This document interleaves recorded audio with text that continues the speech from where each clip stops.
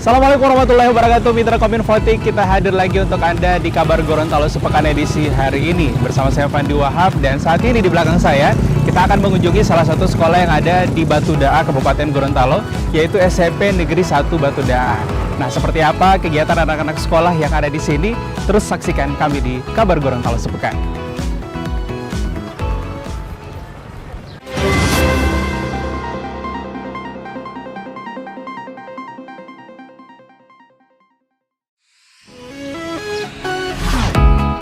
Assalamualaikum warahmatullahi wabarakatuh, Bu. Waalaikumsalam. Selamat pagi, Pak. Dengan Mohon maaf, dari mana, Pak? kami dari Mitra Kominfotik, Bu. Dengan Ibu siapa? Saya Fandi, Bu. Oh, Kalau ini Bu siapa? Oh, namanya? kalau saya Astin Belaji. Kebetulan saya kepala sekolah di SMP ini. Oke, jadi Bu kepala sekolah SMP Negeri 1 Batu Da'a, Ibu ya. Ya, siap. Nah, Ibu di sini kan saya dengar kalau anak-anak yang ada di sini tuh masih menggunakan alat musik tradisional untuk kegiatan belajar mereka, Bu. Alhamdulillah, kami di sini memang ada program ekstrakurikuler di mana anak-anak bisa belajar musik tradisional. Hal ini juga bersinergi dengan seni budaya yang diajarkan secara teori di mata pelajaran.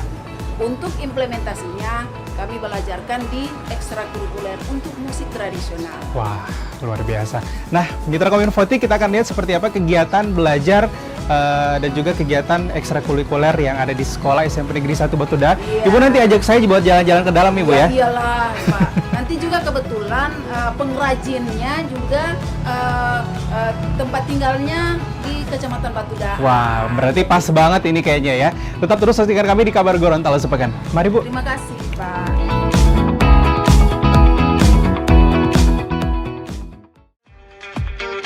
Indonesia Fashion Week 2023 resmi berakhir pada Minggu 26 Februari 2023. Penutupan ditandai dengan penampilan desainer-desainer Gorontalo selama sehari penuh bertajuk Gorontalo's Day. Sebanyak 8 desainer Karao asal Gorontalo ini tampil pada sesi Games of Gorontalo.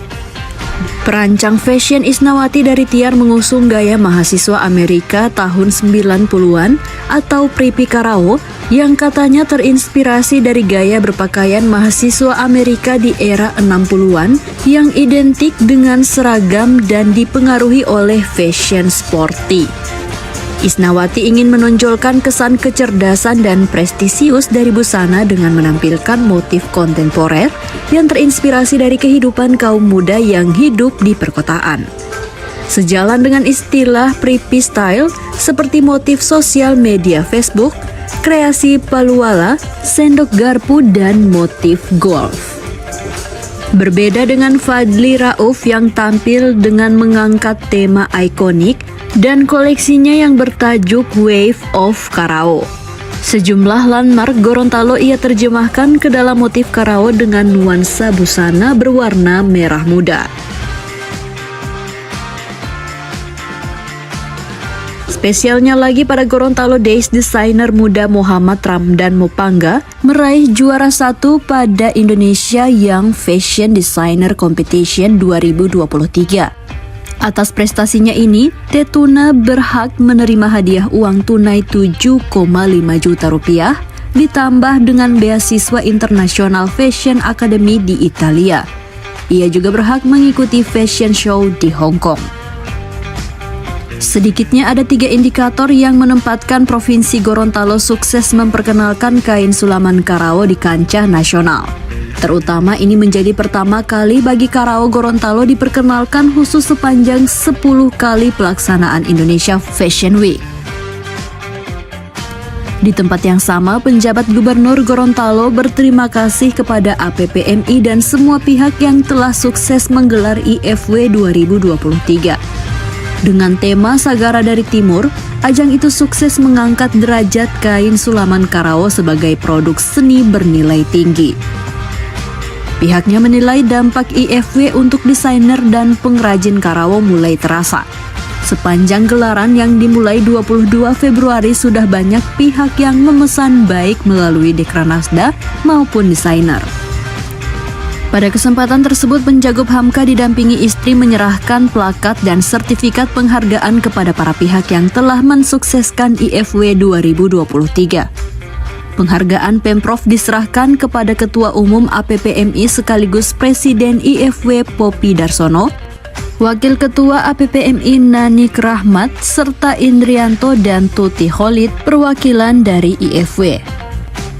Ikutsertaan Provinsi Gorontalo dalam melaksanakan Indonesian Fashion Week tahun ini sebagai bentuk tanggung jawab kami, pemerintah Provinsi Gorontalo, dalam mengembangkan Sulaman Kerao agar dapat semakin populer dan bernilai ekonomis ke depan. Oleh sebab itu, ke depan Kerao tidak bisa lagi dipersepsikan sebagai produk kerajinan, tapi menjadi sebuah produk seni, Kerao SNR. Kerao akan menjadi produk fashion yang sejajar dengan batik misalnya, kain tenun khas Sasak maupun kain ulos Batak.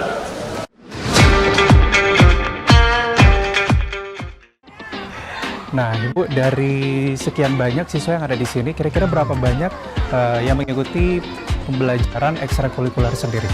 Ya, ekstrakurikuler itu terdiri dari 3 bagian, ada kesenian, ada olahraga, ada infak. Untuk yang kesenian, kami lebih fokus ke musik tradisional. Mengapa musik tradisional? Karena ketersediaan dari musik tradisional itu ada di sekolah kita, di mana pengrajinnya memang ada yang tinggal di Batujara. Oke, jadi dari berapa banyak siswa yang ada yang saat ini yang belajar di sini?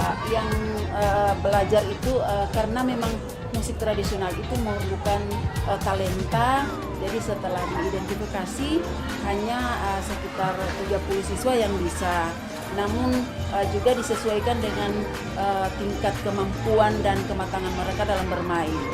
Jadi setiap regu kami bagi menjadi 10 orang setiap regunya. Jadi mereka ada 3 tim. Wah, jadi seperti itu Ibu ya. Nah, kita juga nanti akan lihat langsung Ibu ya, Iya. seperti apa kegiatan mereka saat memainkan alat musik tradisional ini. Ya, nanti mereka sementara latihan juga akan saya ajak di ruangannya Pak. Boleh, silakan Bu, mari Bu. Mari.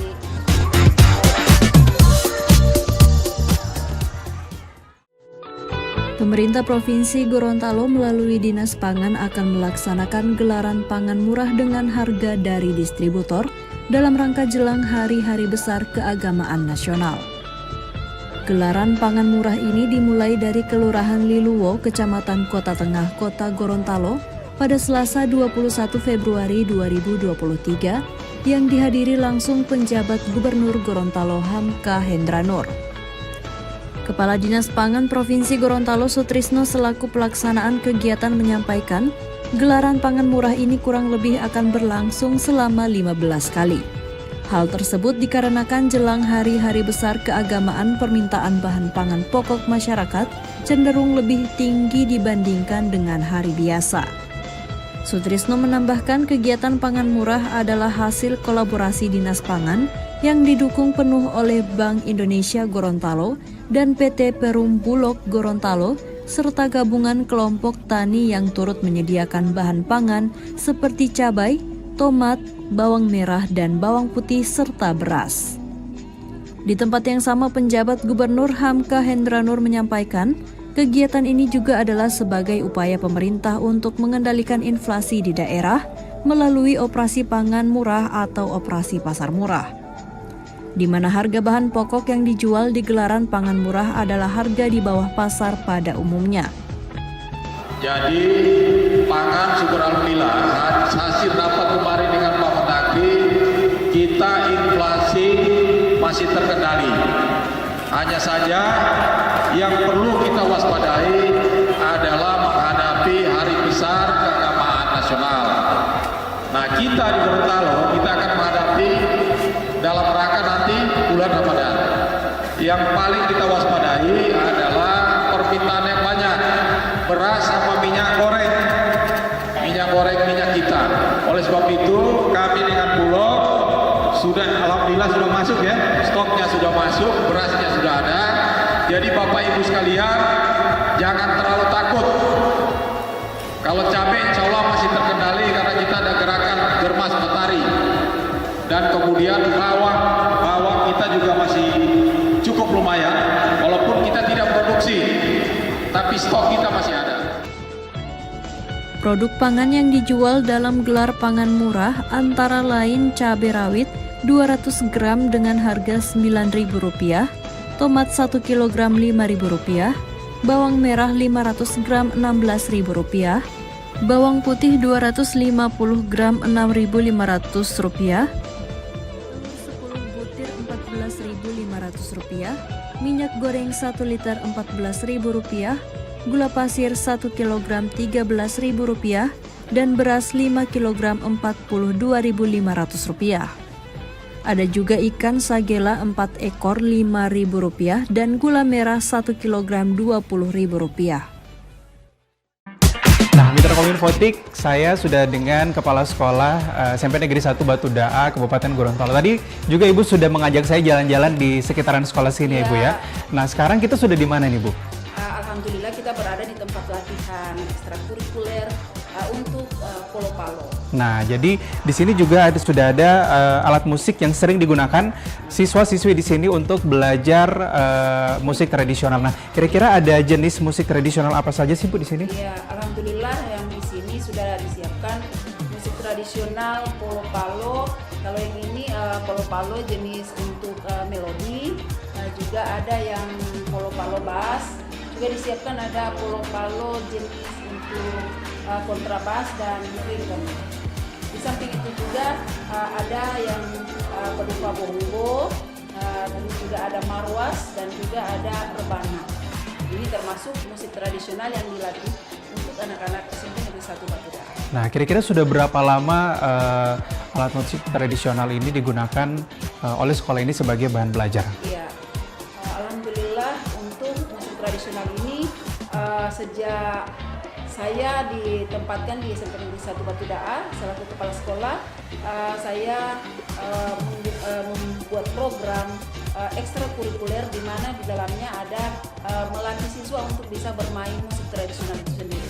Wah, jadi kita akan lihat ya seperti apa kira-kira siswa-siswi yang nanti akan bermain, dan juga kita akan melihat seperti apa mereka bermain secara bersamaan ya. Jadi akan mengiringi lagu-lagu yang nantinya bakal mereka bawakan di sini. Satu lagi, jangan kemana-mana, tetap di Gorontalo Sepekan. Penjabat Gubernur Gorontalo Hamka Hendra Nur meluangkan waktu di sela-sela kunjungan kerja untuk bertemu dengan Himpunan Mahasiswa Indonesia Gorontalo, Jakarta. Pertemuan berlangsung di Asrama Mahasiswa Gorontalo di Lenteng Agung, Jakarta Selatan pada Sabtu 25 Februari 2023. Kunjungan Penjagop Hamka didampingi oleh sejumlah pimpinan organisasi perangkat daerah. Selain dihadiri penjabat Sekda Syukri Botutihe dan Asisten 3 Sultan Rusdi, sejumlah kepala dinas, badan, dan biro ikut mendampingi. Penjagop Hamka menekankan bahwa pemerintah provinsi tetap menaruh perhatian terhadap pengembangan sumber daya manusia di daerah. Ia mengapresiasi banyak putra-putri Gorontalo yang kuliah di luar daerah, termasuk di Jakarta. Saya berharap teman-teman mahasiswa tetap harus semangat, tetap belajar. Pemerintah akan terus menjadi perhatian, terutama perbaikan fisik ya. Jadi jangan terpengaruh dengan karena nanti hujan, kemudian proses pembelajaran dan terganggu. Terus tetap semangat, dan yang ketiga kami mengimbau kalau cepat-cepat menyelesaikan sekolahnya supaya cepat pulang ke kampung halaman untuk bisa mengabdikan diri. Usai menggelar pertemuan, Hamka menyempatkan diri meninjau sejumlah kerusakan di gedung utama asrama. 2 gedung lain di sampingnya sudah selesai direnovasi tahun lalu. Di gedung utama, beberapa sudut di lantai 2 nampak sudah ambrol. Rembesan air membuat penghuni putri di lantai 2 terpaksa pindah di gedung yang baru direnovasi. Saya sudah perintahkan Pak Karo supaya segera ngecek di atas ini supaya dilakukan perbaikan secepatnya. Kalau sumber utamanya air aja udah nggak tembus, udah nggak bocor, dan yang lain-lain ini pelan-pelan kita berakhir. Fasilitas kamar mandi juga sebagian besar nampak sudah rusak dan tidak layak pakai. Dari 12 kamar mandi yang tersedia, hanya tinggal 2 yang berfungsi masing-masing di lantai 1 dan 2. jadi kita akan lihat ini Bu ya, kira-kira seperti apa anak-anak dari SMP Negeri 1 Batuda ini yang akan memainkan alat musik ini Bu ya. Nah, oke ini mereka ya? Alhamdulillah mereka sudah hadir di tempat latihan untuk akan memainkan musik tradisional sendiri sesuai kapasitas mereka, seperti yang ada di melodi, ada juga yang di bass, dan juga ada di polo-palo juga. Oke, nah di sini juga sudah hadir pelatihnya atau coachnya. Iya, ada hadir sama sekali kita, Bapak Meritananio, beliau ini selaku di samping sebagai pengrajin juga sebagai pelatih utama untuk musik tradisional itu sendiri. Karena kita harus memiliki talenta untuk menguasai not-not yang akan diajarkan ke anak didik. Jadi beliau merupakan pengrajin dan juga sebagai pelatih utama di kita selaku di siswa untuk pelatihan untuk ekstrakurikuler itu sendiri. Oke, jadi Ibu kalau ditanya Bu ya, ini untuk Ibu kepala sekolah sendiri, kira-kira sebagai kepala sekolah apa sih motivasinya Ibu? Ya, alhamdulillah motivasi saya selaku kepala sekolah, saya di sekolah sebelumnya siswa saya dilatih oleh Bapak Mering ini sendiri. Beliau melatih siswa untuk ikut festival seni tingkat nasional. Alhamdulillah di sana berturut-turut selama 2 tahun memperoleh peringkat pertama baik di tingkat kecamatan, kabupaten, bahkan tingkat provinsi untuk tahun 2019. Untuk tahun 2020 siswa saya lagi memperoleh kejuaraan tingkat kabupaten, provinsi sampai ke tingkat nasional. Alhamdulillah, jadi ini motivasi kuat saya. Insya Allah di sekolah ini kembali saya akan membangun bersinergi dengan guru, bermitra dengan pengrajin itu sendiri sekaligus pelatih. Insya Allah sekolah ini akan kembali membawa nama harum, bukan saja di tingkat kecamatan, bukan saja di tingkat kabupaten, tetapi di tingkat provinsi. Insya Allah mereka akan membawa nama harum sekolah itu sendiri. Ya, betul sekali, dan semoga juga bisa masuk di tingkat nasional Ibu ya. Ya, alhamdulillah. Baik, Mitra Kominfo, kita akan saksikan dulu informasi berikut ini, dan Ibu nanti setelah ini kita akan lihat seperti apa penampilan mereka Ibu ya. Mereka alhamdulillah sudah mau latihan ini Pak. Baik, jangan kemana-mana, tetap di Kabar Gorontalo Sepekan. Ketua Dekranasda Provinsi Gorontalo Gamaria Purnamawati Monoarfa menghadiri pelantikan Badan Pengurus Daerah APPMI Provinsi Gorontalo masa bakti 2022-2027 bertempat di Jakarta Convention Center pada Jumat 24 Februari 2023. Pengurus BPD APPMI Provinsi Gorontalo dilantik oleh Ketua Umum APPMI Popi Darsono berdasarkan surat keputusan nomor 001/SK/BPP/Datar APPMI/Angka Romawi 2 2023. Desainer Agus Lahinta dipercayakan memimpin asosiasi ini dengan jumlah anggota sebanyak 14 orang. Sesuai dengan surat keputusan Badan Pengurus Pusat APPMI nomor 001/BPP/APPMI-2/2023 untuk BPD APPMI Gorontalo.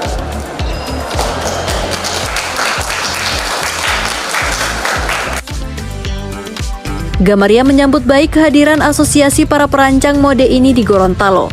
Ia berharap ketua yang terpilih dapat merangkul anggotanya, mewujudkan tujuan APPMI dan menggandeng pelaku UMKM di bidang fashion, khususnya pengrajin sulaman Karawo.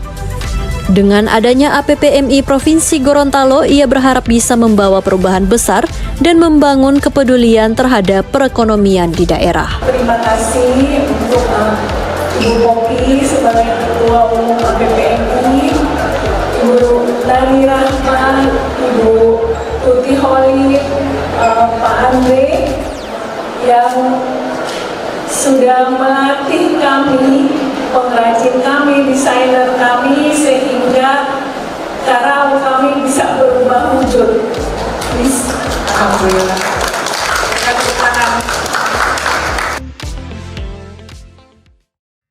Nah, Ibu kira-kira selain alat musik tradisional dan juga prestasi di bidang kesenian, kira-kira ada prestasi apa lagi yang bisa ditonjolkan dari SMP Negeri 1 Batuda ini, Bu? Alhamdulillah, di samping untuk kesenian juga ada olahraga dan juga untuk infak.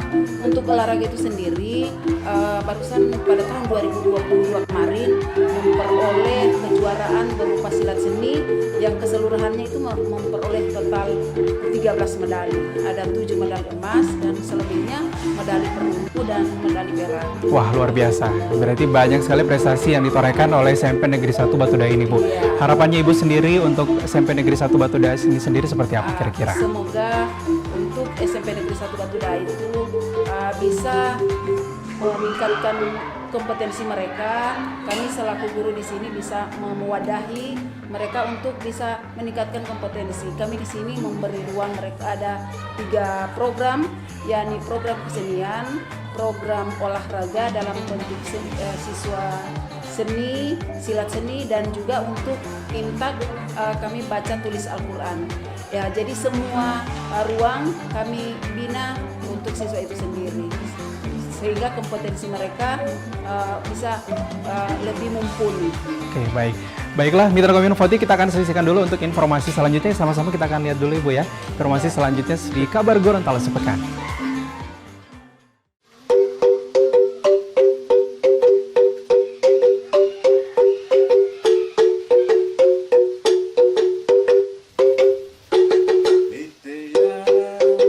Hai Mitra Kominfo, kembali lagi kita pada program Gorontalo Baik. Di mana edisi kali ini kita akan melihat dari dekat proses pembuatan salah satu alat musik tradisional Gorontalo, yaitu polo-palo. Alat musik ini diproduksi oleh kelompok usaha Tingohu Lipu di Desa Ilohungayo, Kecamatan Batuda, Kabupaten Gorontalo. Polo-palo merupakan jenis alat musik yang dimainkan dengan cara dipukul. Alat musik ini terbuat dari bambu yang dibentuk menyerupai garpu tala. Dahulu alat musik ini biasanya dimainkan oleh para petani untuk mengusir burung dan juga digunakan oleh seseorang sebagai pemberi isyarat akan suatu kejadian di dalam masyarakat. Seiring perkembangan zaman, polo-palo kini dijadikan sebagai salah satu alat musik yang memiliki tiap nada sendiri, sehingga saat memainkannya menciptakan irama musik yang harmonis.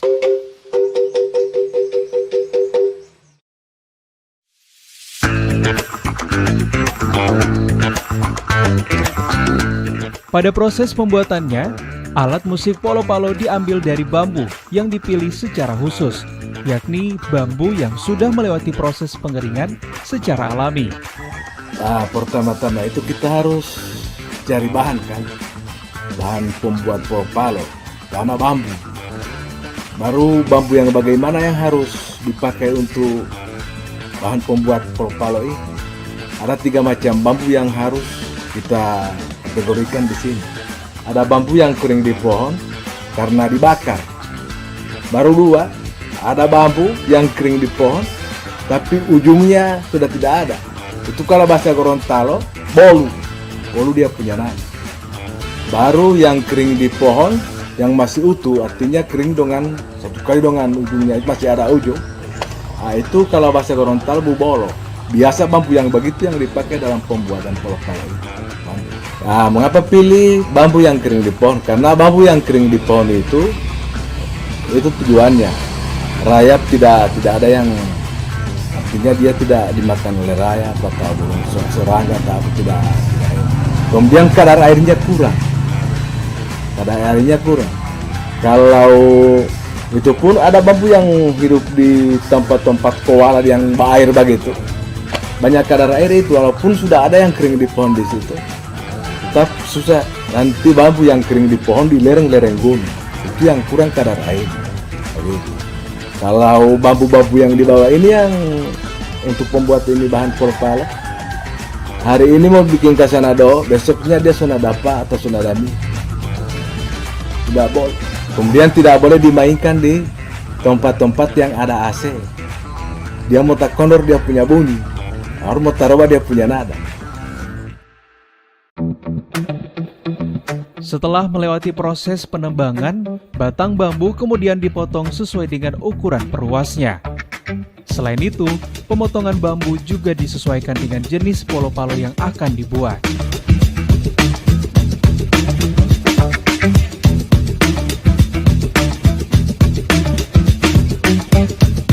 Selanjutnya, bambu kemudian dicuci menggunakan deterjen untuk menghilangkan lumut dan miang yang menempel.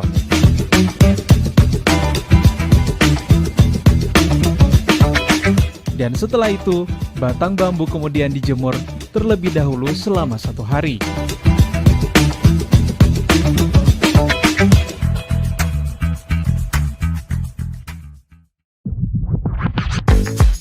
Proses selanjutnya yakni pembuatan lidah polo-palo. Proses yang diawali dengan melubangi bagian batang yang akan dikeluarkan dengan menggunakan bor. Tujuannya untuk mempermudah pengirisan. Penggunaan lem juga dilakukan pada bagian yang mengalami sedikit retakan agar bambu tidak terbelah. Selanjutnya, setengah bagian dari ruas bambu akan dibentuk lidah yang melengkung menyerupai garpu tala. Bagian ini nantinya yang akan bergetar dan menghasilkan bunyi saat dipukul.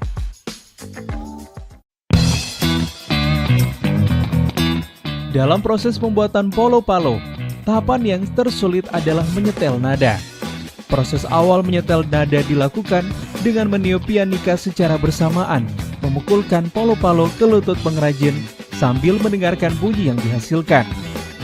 Jika bunyi belum seirama dengan pianika, ujung lidah polo-palo akan dikurangi ketebalannya. Proses ini dilakukan berulang hingga nada pianika dan polo-palo seirama. Untuk setiap nada, polo-palo yang dibuat jumlahnya berbeda. Polo-palo melodi sebanyak 24 buah, ritme 20 buah, bass 13 buah, dan kontrabas 13 buah, sehingga total dalam satu set sebanyak 70 buah polo-palo.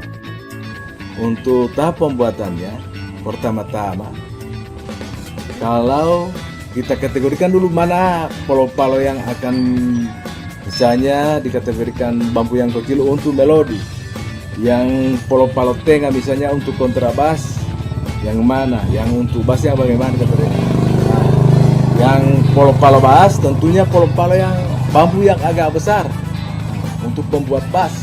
Nah, kemudian untuk pembuat melodi, bambu yang artinya yang dia diameternya kecil.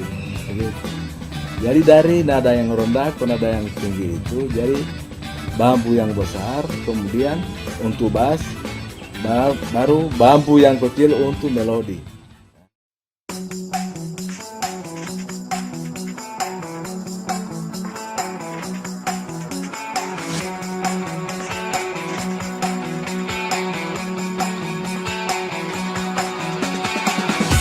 Setelah semua polo-palo yang terdiri dari melodi, ritme, bass, dan kontrabas dibuat, tahap berikutnya adalah merakit polo-palo pada dudukannya. Dudukan polo-palo terbuat dari balok kayu dengan tinggi 1 meter dan panjang disesuaikan dengan jumlah polo-palo. Jumlah dudukan yang dibuat sebanyak 4 buah sesuai dengan jenis nada polo-palo. Polo-palo disusun dengan tangga nada yang rendah hingga tinggi atau sebaliknya.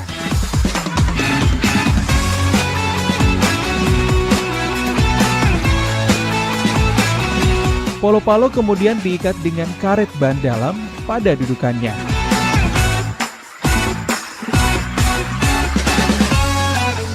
Kode tangga nada ditulis pada ujung lidah untuk memudahkan saat memainkan polo-palo.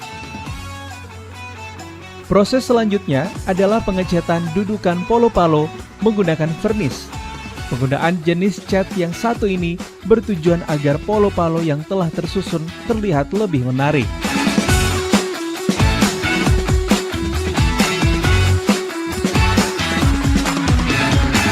Proses terakhir adalah membuat alat pemukul polo-palo. Jika dahulu, alat musik ini dimainkan dengan cara memukulkan ke bagian lutut pemainnya, dalam perkembangannya dibuatkan alat pemukul yang pada bagian ujungnya dilapisi karet. Kelompok usaha Tingohu Lipu biasanya memproduksi polo-palo sesuai dengan pesanan dari sanggar kesenian dan sekolah. Untuk ongkos pembuatan polo-palo melodi dan ritme, harganya masing-masing sebesar 6 juta rupiah. Sedangkan untuk bass 8 juta rupiah dan kontrabas 7 juta rupiah. Kalau pembuatan polo-palo satu set, dia makan waktu sekitar 2 minggu. Karena polo-palo melodi, polo-palo bass, kontrabas, kemudian rete, baru bongo lagi 3, maruas 5, ada rabana lagi, kemudian alat-alat perkusi lainnya kalau orang memang itu yang betul. Jadi 2 minggu dia pas kelar satu set. Kalau cuma 2 oktav atau 1 oktav, dia boleh makan 1 hari, 1 rakitan 1 hari. Nah, Mitra Kominfo.tik kayaknya lebih penasaran lagi ya seperti apa penampilan anak-anak yang akan membawakan alat musik tradisional ini, dan saya juga ingin mengucapkan terima kasih kepada Kepala Sekolah SMP Negeri 1 Batu Daa. Terima kasih buat Ibu yang sudah mengajak saya jalan-jalan dan melihat-lihat. Ya, terima kasih juga untuk adik-adik semuanya. Sudah siap? Siap! Nah, Mitra Kominfo.tik juga jangan lupa tetap terus saksikan kami di Kabar Gorontalo Sepekan, dan jangan lupa like, komen, dan juga subscribe channel YouTube kami. Assalamualaikum warahmatullahi wabarakatuh dan sampai jumpa.